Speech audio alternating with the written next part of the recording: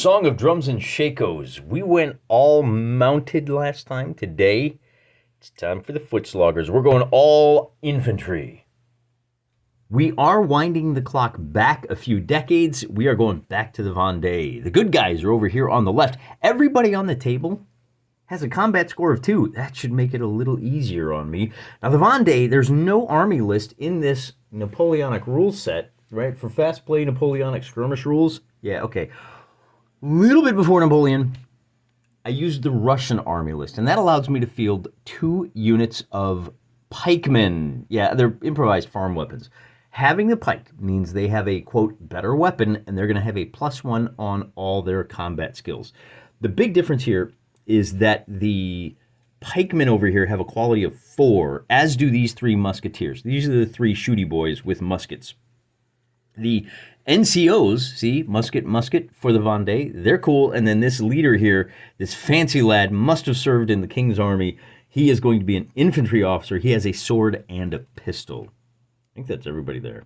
Oh, no, I should point out, the units over here, the militia, they are green and they are slow. So that will have some effects later on. We'll get to that in a minute.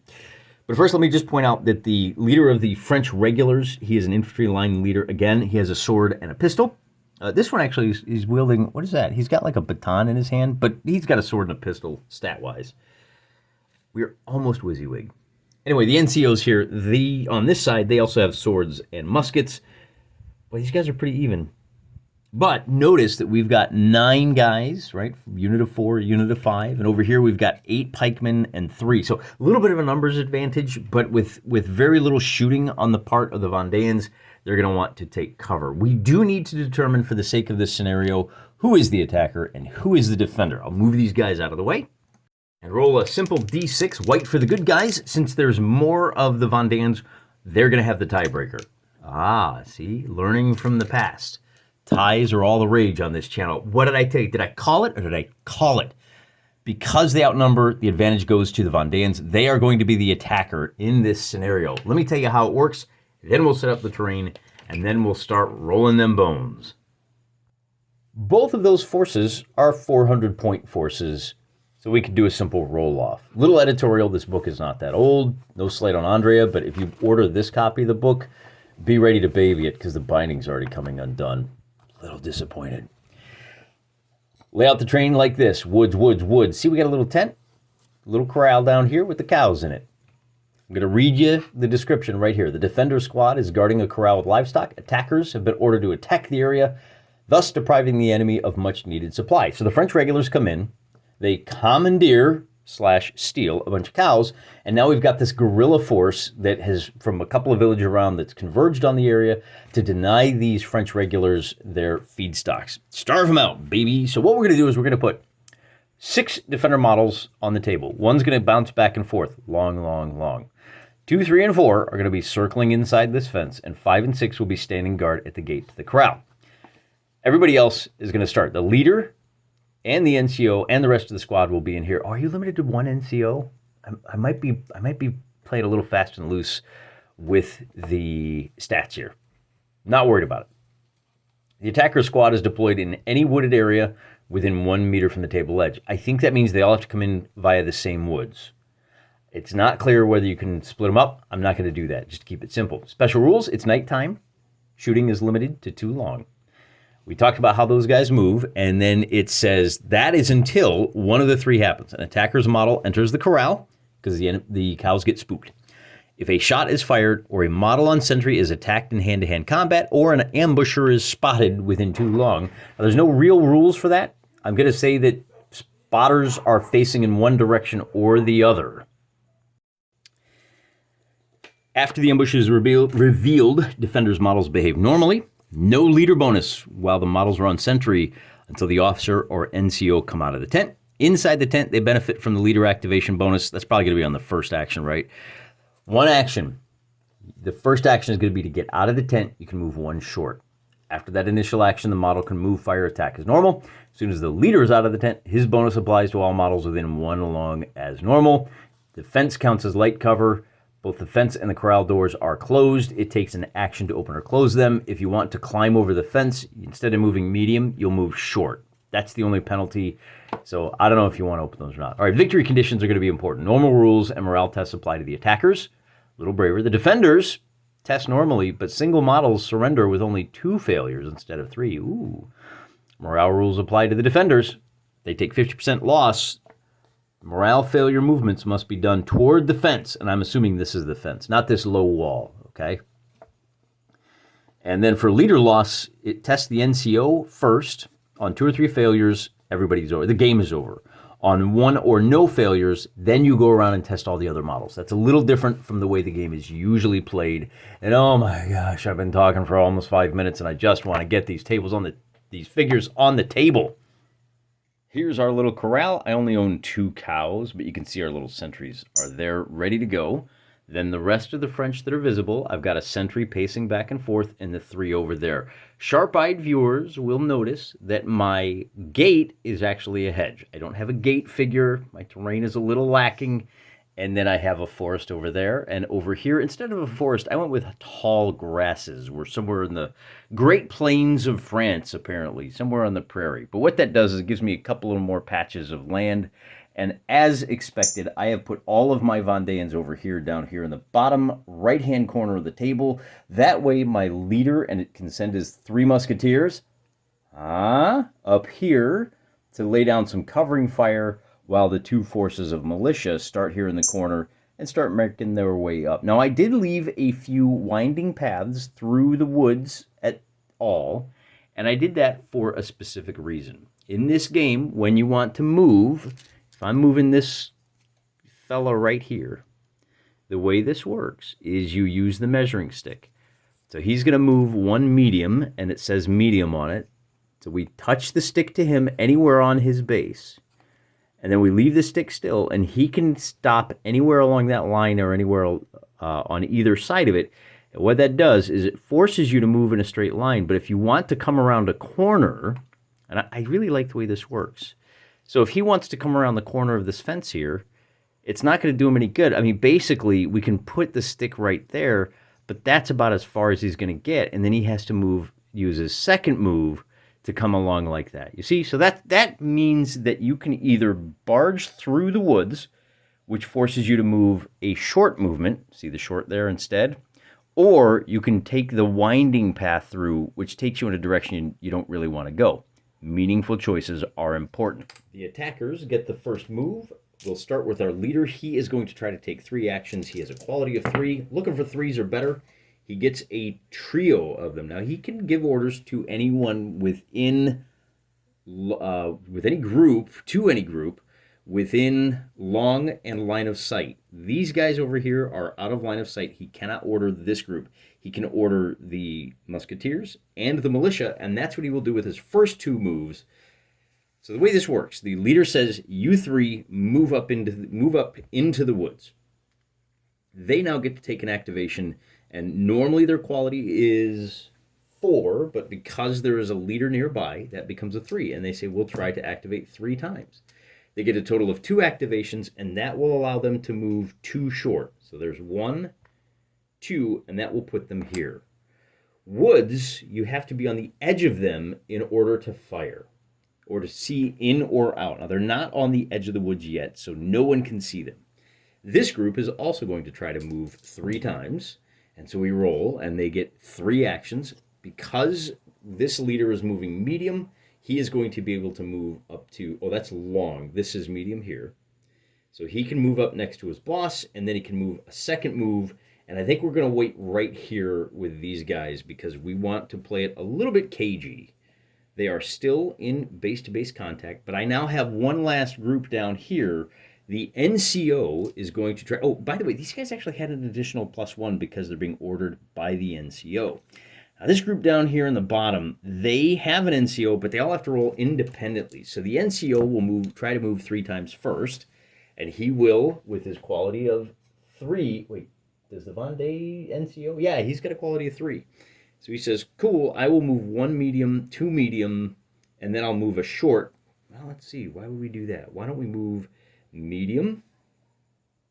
I should have moved him last. He's going to move up short and short to here.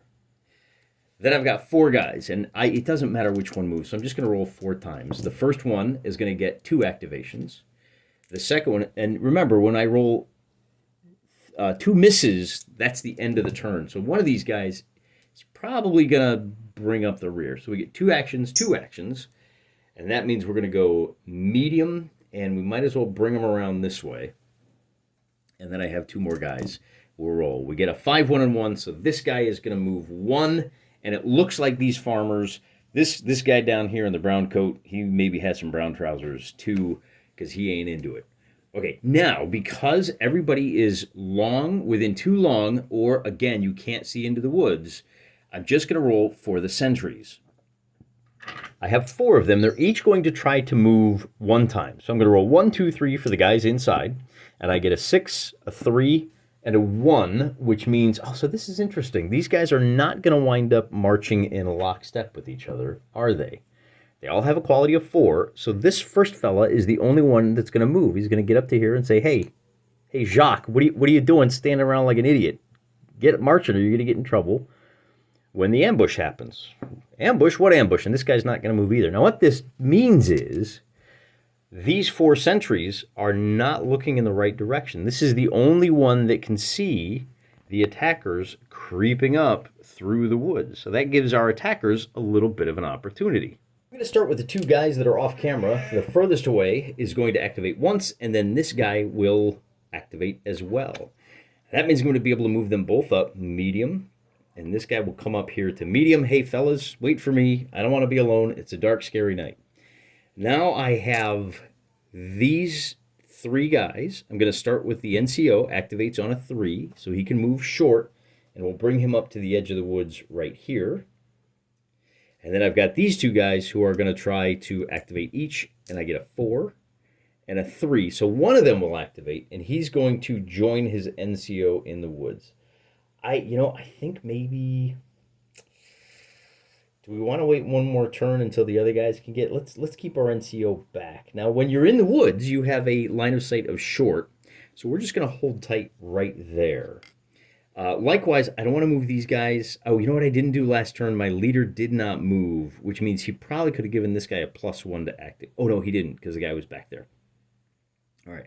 So what we'll do instead is I'm going to order these guys. We're going to wait 1 more turn.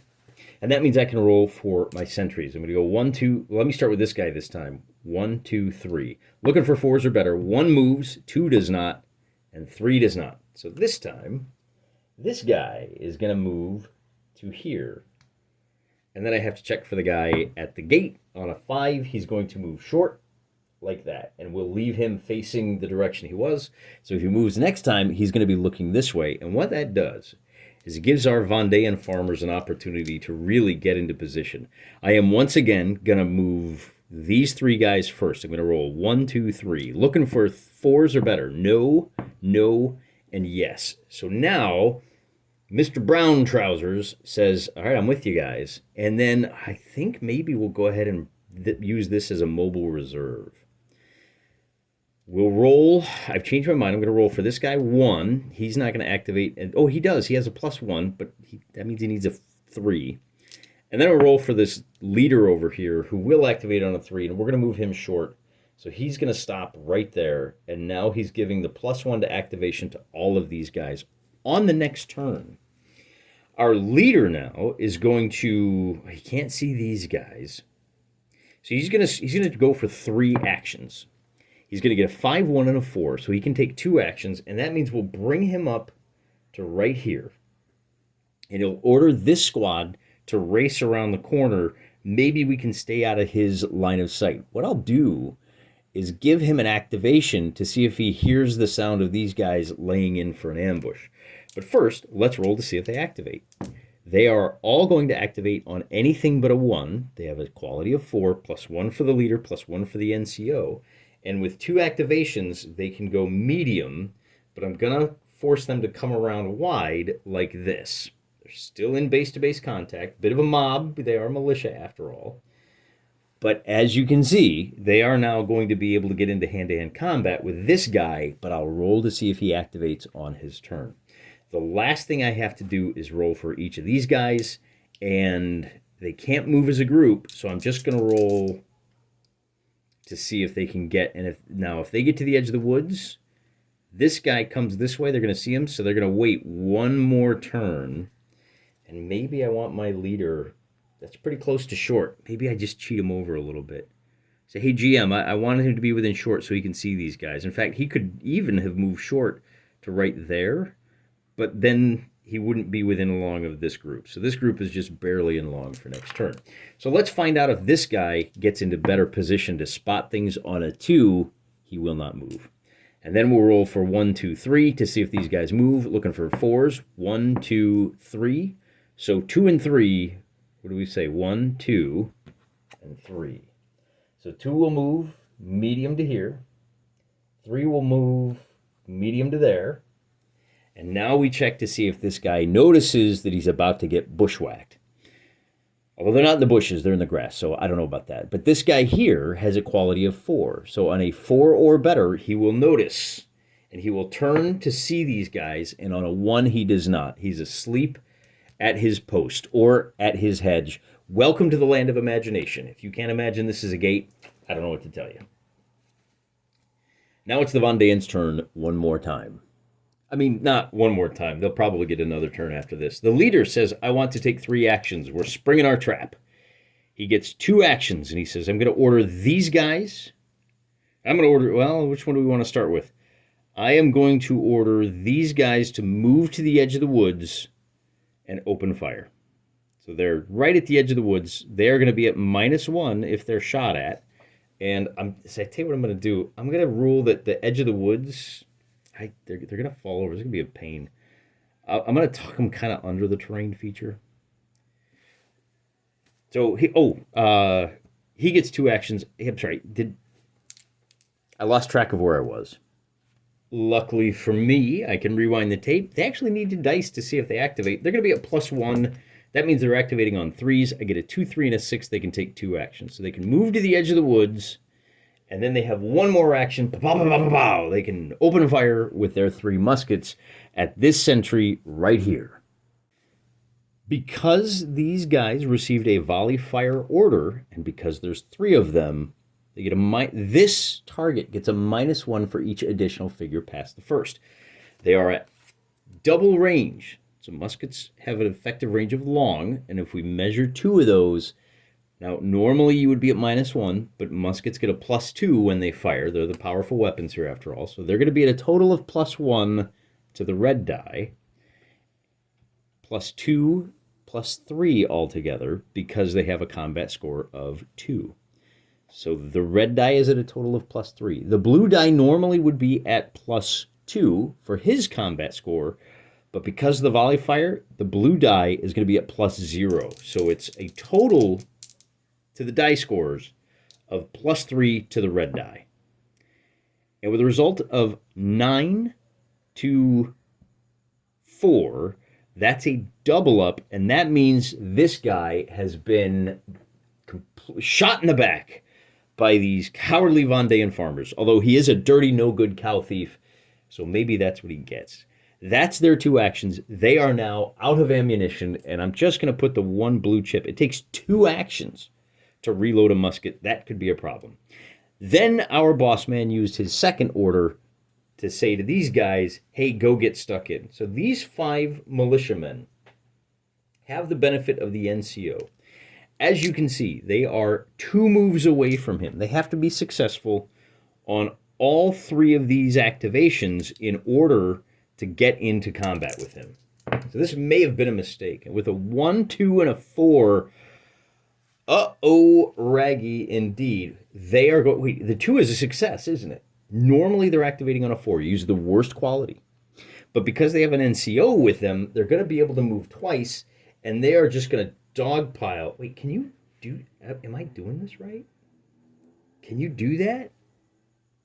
I'm just wondering about the way this works in terms of...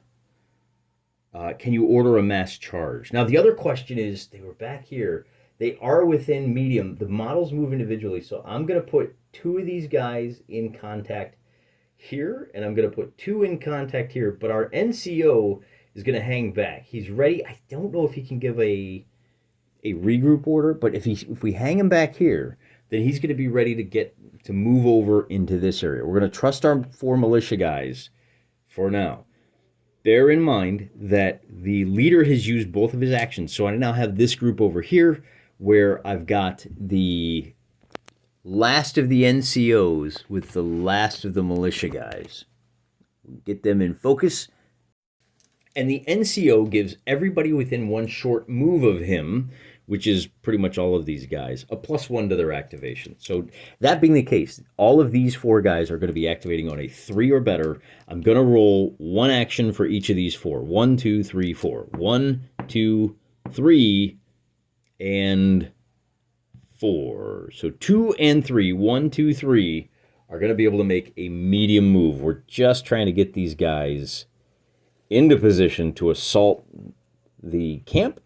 And I guess the good news for us is that the guys that are furthest away are the ones who were able to move. But we still have an opportunity for the NCO himself to move, and we'll might as well roll all 3 dice. He gets 2 movements himself, so we can pretty much do whatever we want. He's still in the woods, so he's going to have to move short. That could be a problem because he's no longer within a short move of anybody. But with that second move, then we can bring him up to here. Or we can fire at these guys inside the tent. Instead, I'm going to bring him up to here so he can encourage these guys. Maybe next turn, he'll be in better position to act. The boys in the woods are not in the woods. They're really in the tent. I just put them here so that I don't get confused about who the casualties are and who is yet to arrive for reinforcements. I'm not going to bring the leader out just yet. Instead, I'm going to start by making 2 activations for this first NCO. He's got a quality of 3, and I just want to get him out of the tent. He's going to have 1 activation. He comes out and says, "Here, what's this? What?" He can move short, and I want to bring him short to here. He's actually come around the backside because I really want him to be able to give these 2 guys a bonus on their activation. We're going to bring him over and try to plug away at these guys. That's only the first of the NCOs. I also want to try to bring out these 3 soldiers. Now, there are 3 of them. They activate on a total of +2 because the leader and the NCO are still in there, which means anything but a 1, those guys will get to come out. We get a 6, 1, and 1. I guess these 2 are still sleeping. They got to get their trousers on, but at least one of them comes out and he says, "Okay, I'll come up to here." He can move short, mind you, so we'll bring him up to the fence line in preparation for next turn. Then we do have these 2 guys and this guy, and it would be great to give them a regroup order. Maybe that's what we want to do. But for now, let's just try to get them into position to take this charge and start whittling down the numbers of the enemy. So I'm going to roll for 1, 2, and 3 for activation. We're looking for 3s and a 4 over here. So 3, yes, 3, yes, and then a 4 for the guy in the back is a no. These 3 will get to move. We'll put 1 right in the corner, 1 right next to him, and that's going to be it for them. But they are at least ready to blunt this flanking charge. Now we get to do some combat. We have 2 combats to run. Let's do the one that's nearest to the camera first. So here in the foreground, we've got a rebel fighting against 2 loyalists. Loyal to the crown, rebellious to the rightful authority. He's going to try to make 2 attacks. That will give him the opportunity to make a powerful blow. We're looking for 4s. He does not. But he does get the single 4, which means he can make an attack against Mr. Greencoat here. And the reason he's attacking Mr. Greencoat is that this is going to be a 1 die versus a 1 die fight. The problem that he's up against is that they both have a quality of 2. So we add 2 to both, but we have to subtract 1 from the blue and add 1 to the red. So it's actually going to be at a total of +1 to the blue, +3 to the red. Whoops. So +1 to the blue is a 5. +3 to the red is a 5. It's a tie. We'll have to fight again next round. The same thing is going to apply for this fight over here. Hoping for the mighty blow. He gets no activations. He can't do anything this turn. So no fighting for this one. He's going to have to wait, and that will give this NCO an opportunity to get stuck in and do some additional damage. In fact, that's probably where we want to start. The NCO, actually, we're not going to do that. Well, do we want the NCO if he's in combat? He can't add to the activation. So I'm going to start with Mr. Green Jacket. He wants to activate twice. He activates on 3s. And if he gets both of these, so he gets a 6 and a 1, which means he can attack, but it's all the same bonuses as last time. So +1 to the blue die, +2 to the red die, and that means a doubling, and this guy is going to lose the combat. That is very unfortunate for him because this farmer is going to try to join in the fight over here. He tries to activate twice. He only gets 1, and he's going to wind up jumping to right about there. And now this guy is facing a 3-on-1. So the next farmer goes. I get 2 chances at this. He's going to activate on... Oh, you know what? That's going to end the turn. This farmer is not within short of the NCO, so he doesn't get the +1 bonus. He needed a 4. My bad. That could be a real problem because it doesn't give the musketeers down here an opportunity to reload their muskets, and these guys are going to be stuck. Oh boy, are they going to be stuck. Because it is the Republicans' turn to go, and we're going to try to bring out these 2 soldiers first. They're going to activate on anything but a 1, and they finally decide to come out. And these guys we're going to bring short to right about here.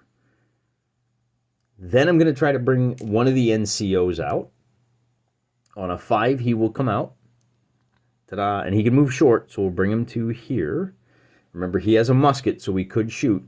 Then I'm going to try to bring the leader out, and that's going to happen with 2 activations. He can go anywhere he wants. In fact, he's going to come to here, and he's going to order a regroup on every model that is within...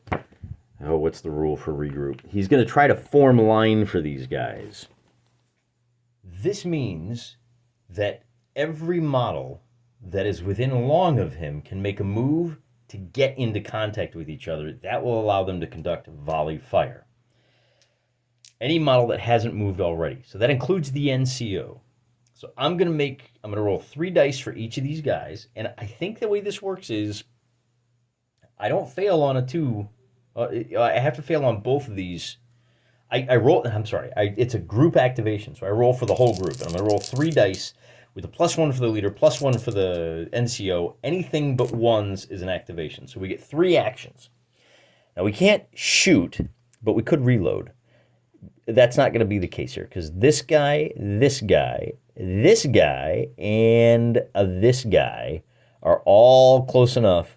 They're going to get into base-to-base contact, and now I've got a little squad here that next turn can light these guys up unless we start with them.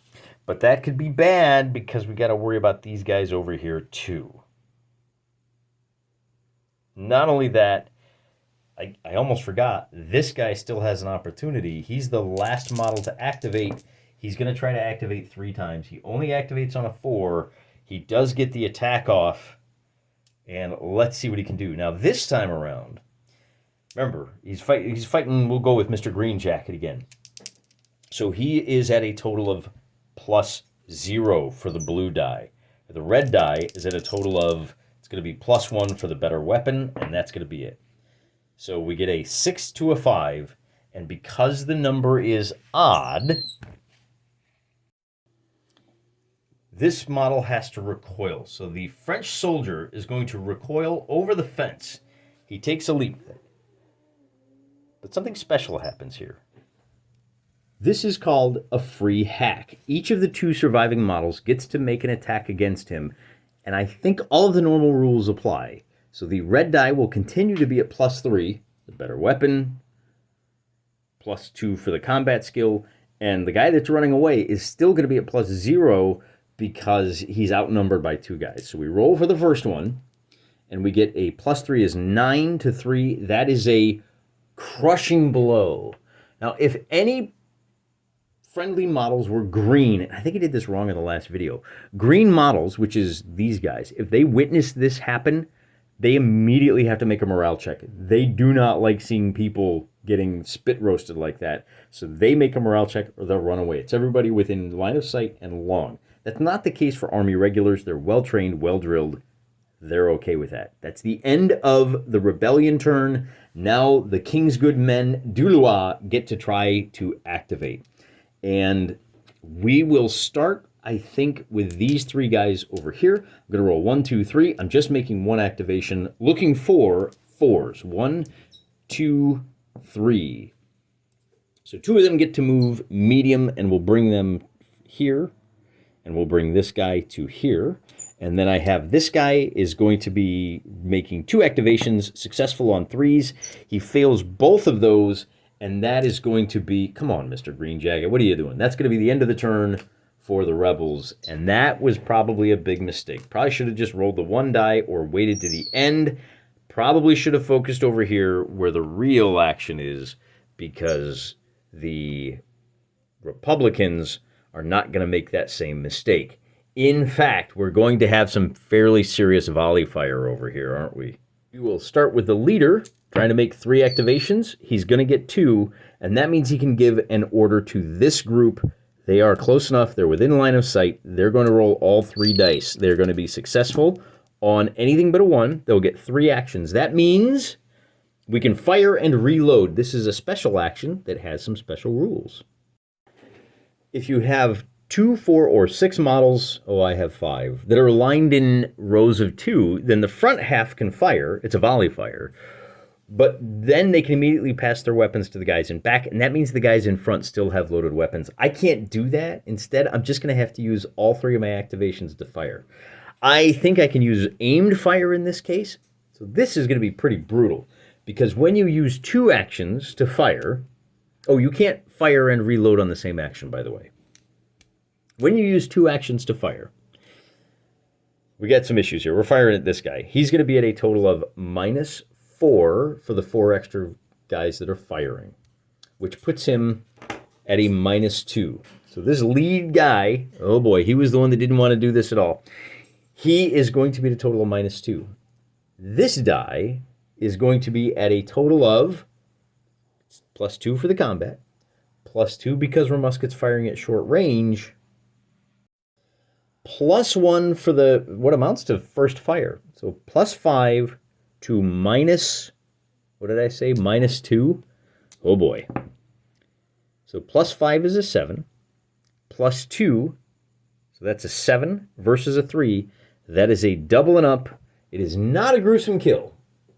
Had it been a gruesome kill, these 2 figures would have been forced to make a morale check, but that does earn everyone in this group an out of ammo marker. That doesn't affect their combat ability. The next thing I'm going to do is use my second order to order these guys to fire at, well, you can't see them. Let me back off just a little bit. We're going to take a couple of crack shots at this musketeer right here. So again, we try to make 3 action rolls. We get a 5, 5, and a 1. And because there's only 2 firing at the 1, we are going to be at a total of -1 for this guy. Actually, it's a +1 to the red die, +1. And then because we are at medium range, we're going to be at +2 for the skill, +1 for the range, +1 for the aiming fire, +4, +1. So we get a 4 versus a 5. And that means with the odd number, he's going to recoil. He's going to be out of contact with his 2 buddies there. And so he may reload and they're not, or we're going to have to use a regroup order to get them in contact with each other. I don't think we're done yet. This guy still has an action, and so he's going to just try to move. We get all 3 dice. He's just going to try to move into contact with these guys, who, by the way, are out of ammo. So he has 1 action. Actually, we might as well go ahead. He's got 3 actions. We might as well go ahead and fire kablam at this guy. Oh, you know what? I forgot. They are at -1. So would that change things? I don't think so. Because remember, these guys are behind cover. These guys are behind cover too. So I think what we can do is we can take a shot with him, or maybe we move into contact, and then we take a shot with the other 2 actions. And we'll just roll and see what happens here. We'll add everything up. So he has a skill of 3, No, everybody's 2, right? Everybody's 2. 2. So this becomes a 6, plus the aiming is a 7. And this guy has a foot. We're firing at, let's fire at this guy now. He has a 4, because we could drive him back into the woods. So with a 4, 5, 6 versus 7. Oh, he actually is going to, this is an even number. He's going to fall down. He's shook. He got rattled. So he's going to have to spend an action to stand up. And now their turn is really over. Not going to make the same mistake again. I'm going to move these 3 guys forward. This one gets a +1 to his activation because the NCO is there. He activates on a 3. No, he does not. This guy activates on a 4. So he's going to move medium, and we'll bring him up to here. Then I'm going to try to activate my NCO. He is going to activate. He's going to move medium to here, and that gives him a bonus to activate these last 2 guys. And they are both going to try to take 1 action. They will activate on a 3. So we'll do the brown and then the green on a 3 and on a 3. So both of them will move medium. We're going to try to get them inside the perimeter here. I'm going to move medium to there, and this guy's going to move medium to here, forcing these guys to direct their efforts in as many different directions as possible. Then I think we need to worry about these musketeers. We want to trade some shots. So to that end, we're going to use the leader specifically to order them about. Leader's going to try to activate 3 times, looking for 3s. He gets a pair of them. He can only move short to here. Well, he's got 2 actions, right? So we're going to move him from here. So he's inside the woods, cannot be seen. Now, you might think he's a little cowardly, but his job is not to fight. His job is to tell this guy, get back on your feet, soldier, rolling twice, looking for a 3. All he's going to be able to do is get up. Then these guys are going to try to reload. So the guy in front is going to fail on both of those, and that will end the turn. Boy, these musketeers are a liability, aren't they? Meanwhile, our leader over here is going to try to make 3 actions. He's going to go over to here, so he's protected from these guys. He has 2 orders, and he's going to order these guys, to reload. They're going to make 2 activations. No, we'll go with all. No, he's going to order these guys first. They're going to use all 3 activations to try to reload. They get 3 actions, and they are going to all reload. I think you can order that as a group action. I'm going to do it because it saves me a lot of time. Then these guys are going to try to reload. All they got to do is get a couple of dice. If they roll 2 1s, then they fail. So they're reloaded. That's going to be the end of their turn. And they're feeling pretty good about the ability for the Vendéans to get into combat. So we're going to move, for the Vendéans, we're going to move this guy first. Are we? With a 6, he does finally decide that he would like to play after all. And then we'll move this guy, see if we can bring him up. And he says, I would also like to play. This is our leader. He is going to, or the NCO, I should say. We're going to try to get all 3 of these guys inside the fence line. Remember, it's a short move to get inside the fence line. This guy is going to activate first. And with a result of a 2, he will not. Even with the +1 for the NCO, this guy will try to activate, and he will. Now, he can't get over the fence, but he can at least get to the fence. And that's everybody over here. So we're slowly getting into position. Then the leader is going to tell these guys to, well, first I got a little bit more movement I want to do. I'm going to stop monkeying around with these guys back here. They're going to try to move up. First comes him, looking for a 4. He gets it. Then him, and he gets it. Sorry for the bump. We'll move them up to here. And then, this guy can only move short, so he moves to there. And then we're going to bring this guy medium. So he activates on a 3 because of the NCO. And he doesn't. But the NCO now is going to go ahead and take a shot, kapow, at this guy. Do we fire with the NCO first? Let's roll twice. He activates on a 3. I really want to get these guys reloaded and regrouped. I'm going to roll for the leader first. The leader is going to get 2 activations. So he says, you guys regroup. And I'm going to move short over here so I can be a little bit of assistance. Now remember, it's dark. Can't be seen. As long as he's within short, he can give his bonus to this guy, okay? I think the command radius is reduced to medium when he's hiding in the woods like this. But he can't be shot when he's in the woods. Like, you can see other guys in the woods at short range. Anyway, be that as it may, he's using his second order. Hey, you guys, would you please reload? So I roll 3 times for these guys, and they get a 3, 3, and a 4. So they can now take 3 activations. So they will regroup here at the edge of the woods. And again, I'm going to tuck them in just a little bit like that. And they are now reloaded, so we can take a second volley fire soon. And then to wrap things up, this NCO is going to try to fire. With a 1, he fails. And that's going to end the turn for the farmers. As the Republicans start their turn, the score remains 3 to the Vendée to 1 to the Republicans. And the leader says, you lot there, he's going to give some orders here. He's going to get 2 orders. He's going to say, I want you guys to volley fire over here. I want you guys to volley fire over here. And I know they're kind of bent around, but that's why they're not volley firing at these guys, okay? What we're really doing is hoping for that triple score so we can chase off the green warriors. We're going to start with a big group over here, and that group is going to be at a total of, we're going to try to take this guy out. Let me just roll, and then we'll add everything up, okay? So the boys in the blue coats will get a total score of 2 plus 2 for the combat score plus, you know what? I didn't roll for their activations. Let's see how many activations they get. All 3. So they're going to do volley fire. They're going to aim. And I think that was a 3 for this guy. So this is not going to go well for the forces of the Vendée. Plus 2 for the combat. Plus 2 for the range. We're still within 1 long here, okay? So plus 2, so that's 4. Was that it?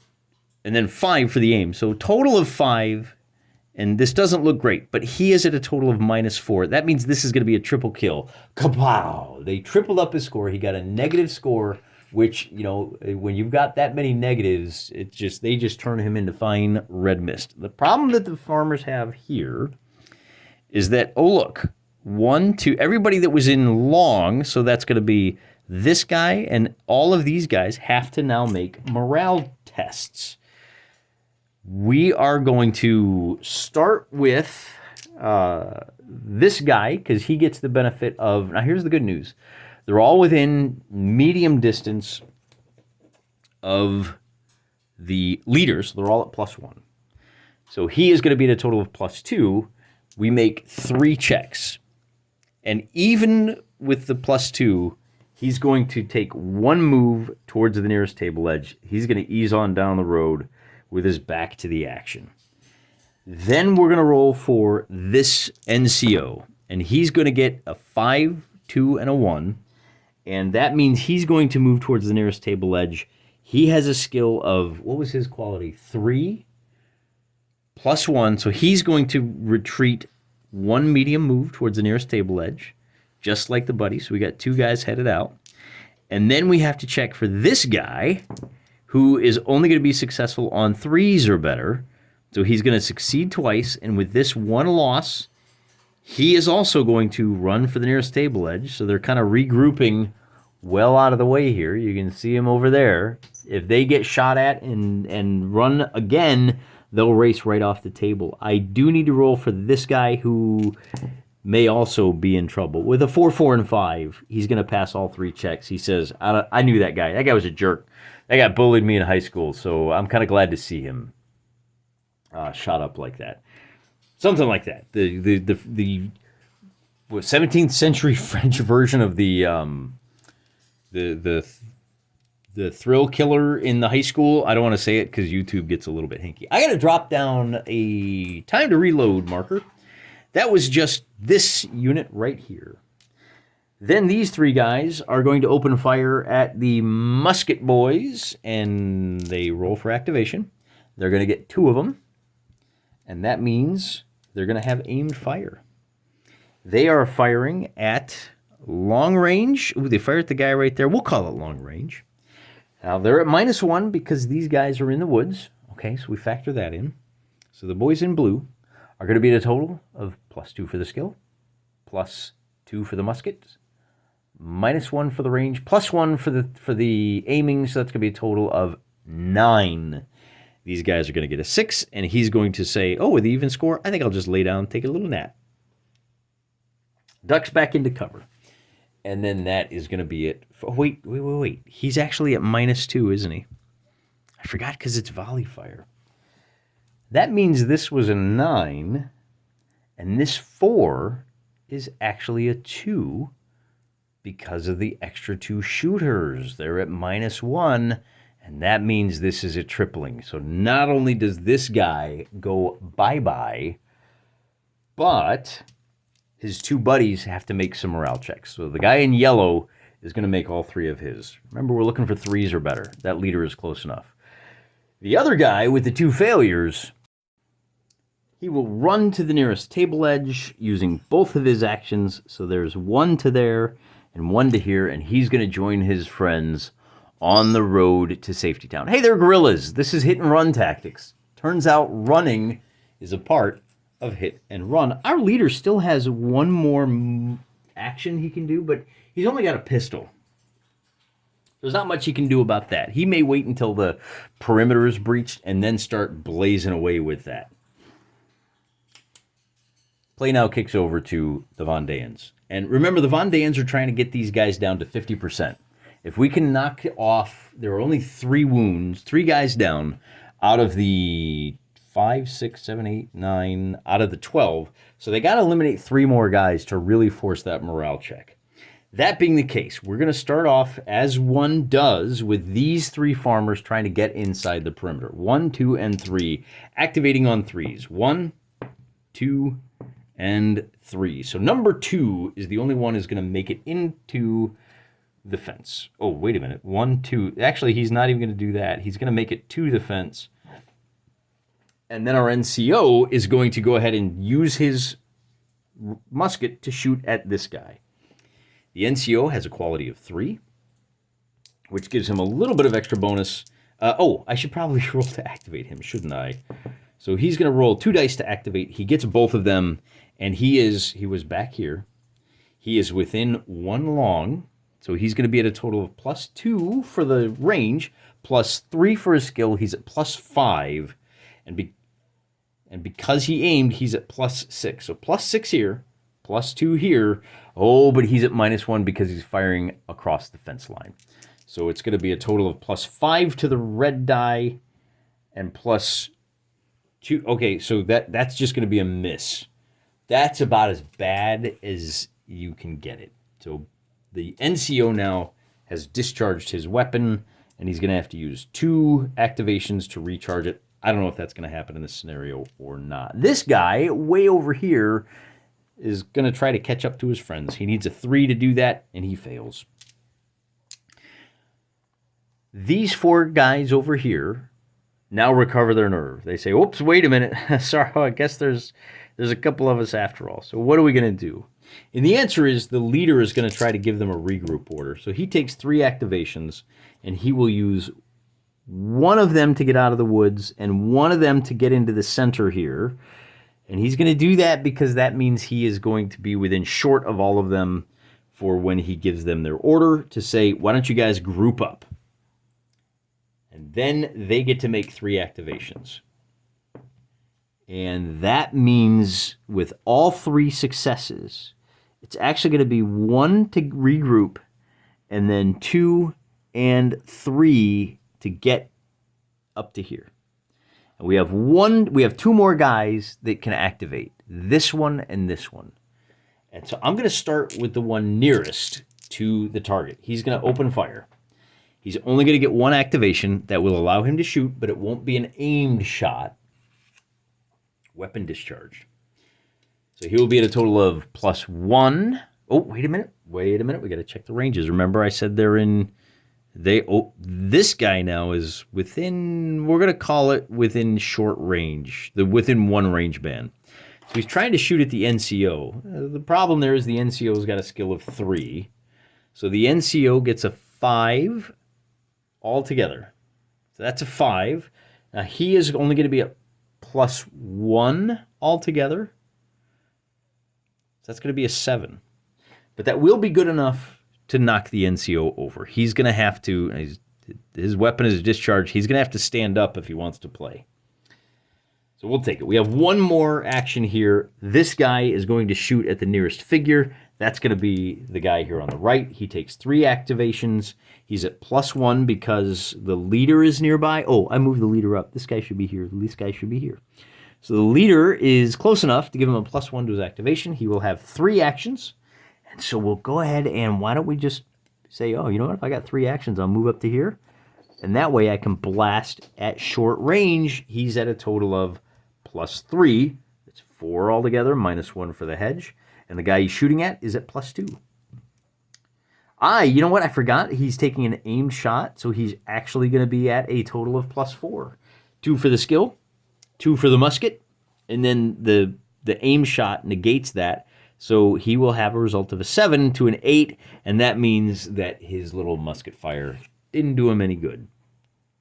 The Vendéans will have a +1 to combat. The hedge will negate the advantage of the pike. Stand up, stupid. On a 3, he will. He has a quality of 4, but he's no longer part of this group. The leader takes his activation. He's going to get nothing, and that's going to end the turn. These guys are rattled. They are not going to be able to reload this turn, and that's going to put them in some pretty rough stead. All right, I got 2 guys trying to jump the fence. 1 and 2 are both going to activate because the NCO is there. They can move short, so that's going to take them to about right there. Then this guy is, well, let's try to bring the NCO in, shall we? I'm going to roll twice. He's going to get 1 activation. That will allow him, I know I didn't measure. It's been a long video. He can move short. That's going to put him just inside the perimeter. And then this guy is going to try to make 1 activation. And with a 3, he's going to fail. What about this guy? No, he's not. They're fine. They're good. You guys are doing great. 2, 4, 6, 8. Who do we appreciate? The guy's actually doing the combat instead of us. Now what do we got? We got a leader here that wants to activate. He's going to activate 3 times. So we're going to move him up 1 medium to here. We're going to keep him behind our line. Remember, you got to shoot at the nearest figure. That means he's a little bit protected. That's 1 activation. He's going to give an order to these 3 guys. And they're going to try to regroup. So with a 5 and a 3, they will. And then they're going to use their second action to get engaged in a melee. And we'll have to figure out that here in a little bit.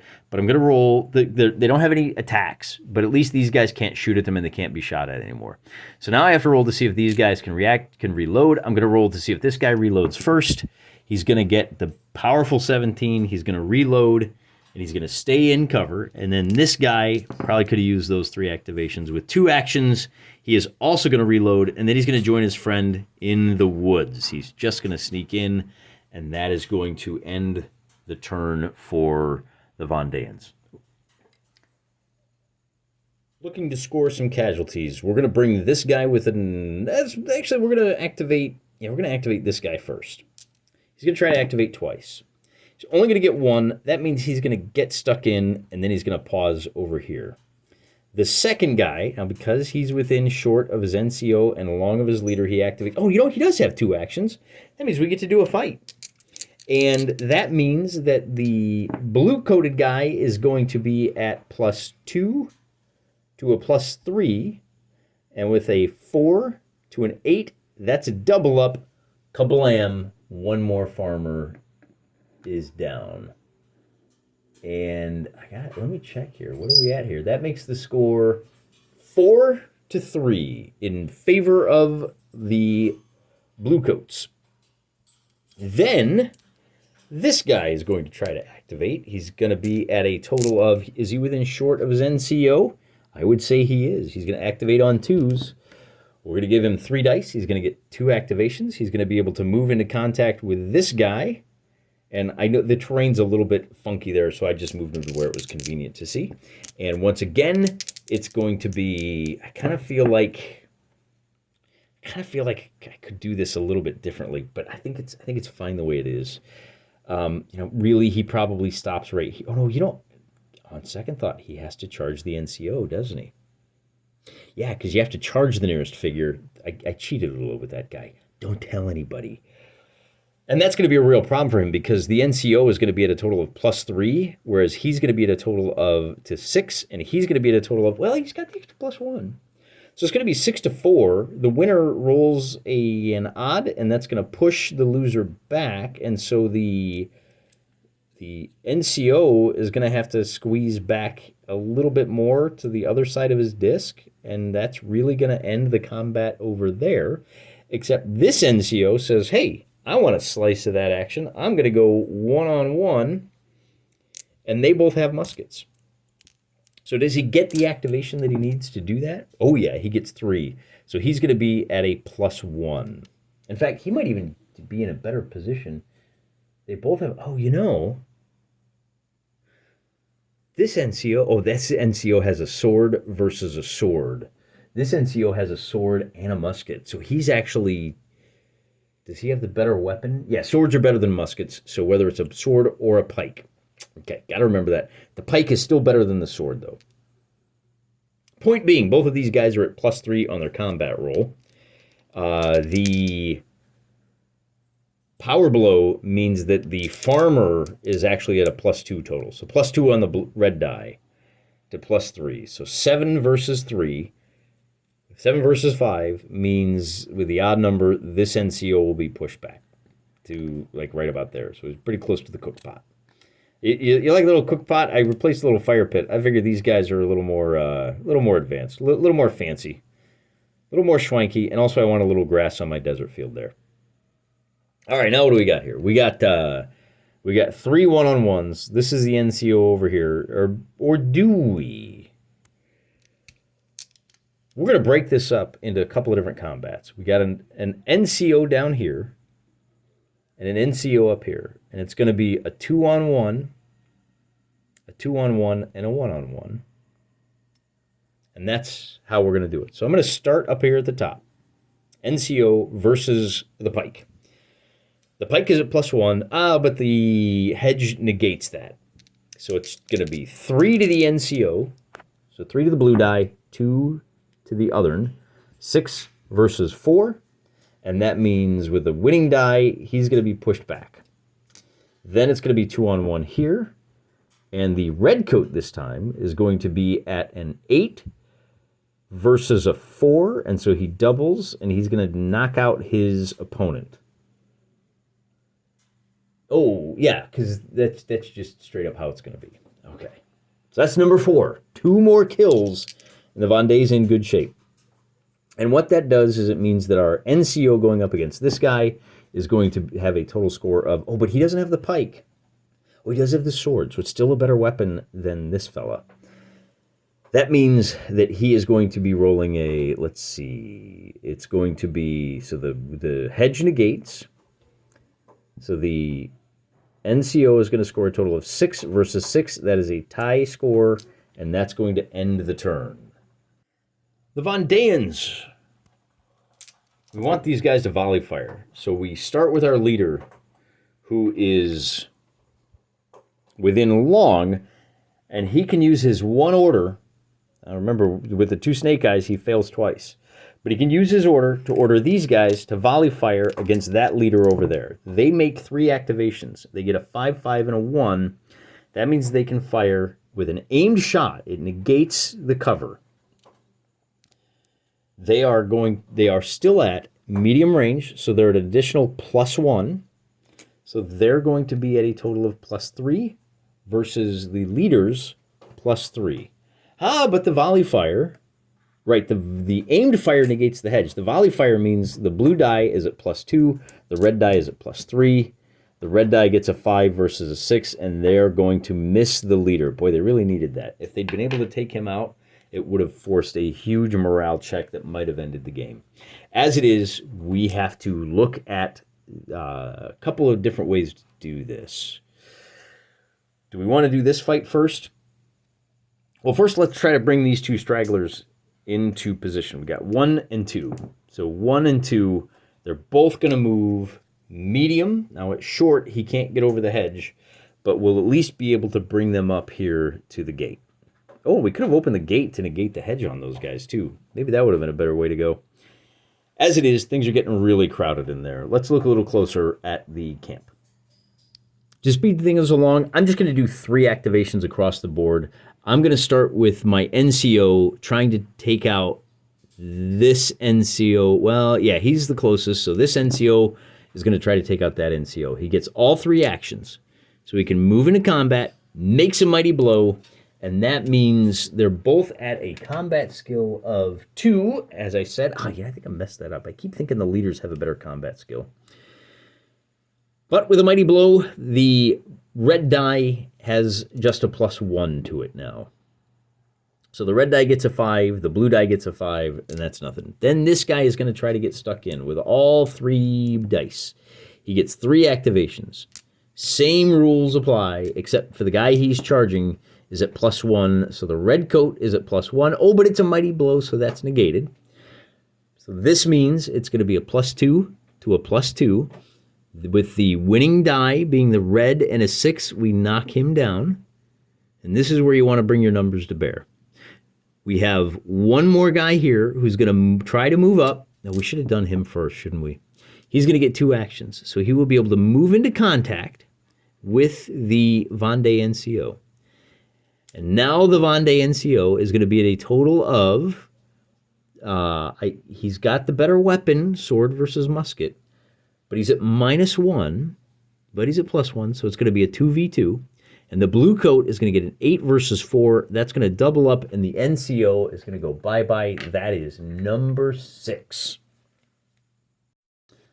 I'm sorry, number 5. So I have a combat here that's a 2-on-1, and I'm going to use... all 3 of these guys are within close range. So we're going to do this 2-on-1 first. I get 2 chances at this. 2 activations for this guy is going to mean a power blow against this guy.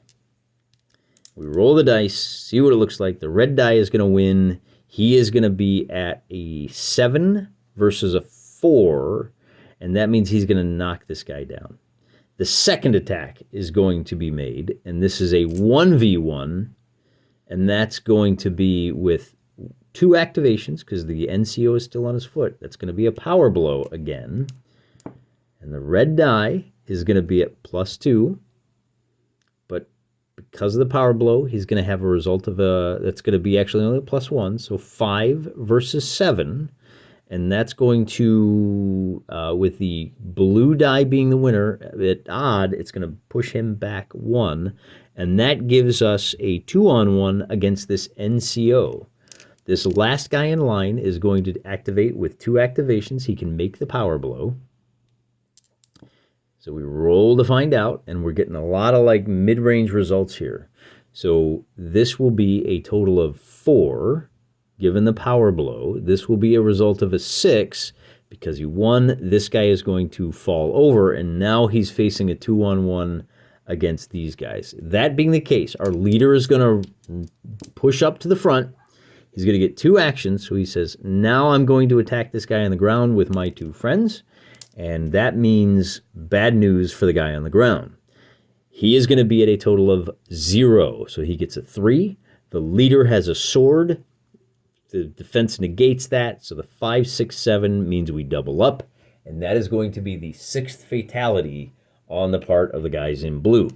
He still has his pistol available, and things are going pretty well for the guys inside the baseline. We're not to 50% casualties yet. That's when we have to make a whole bunch of morale checks.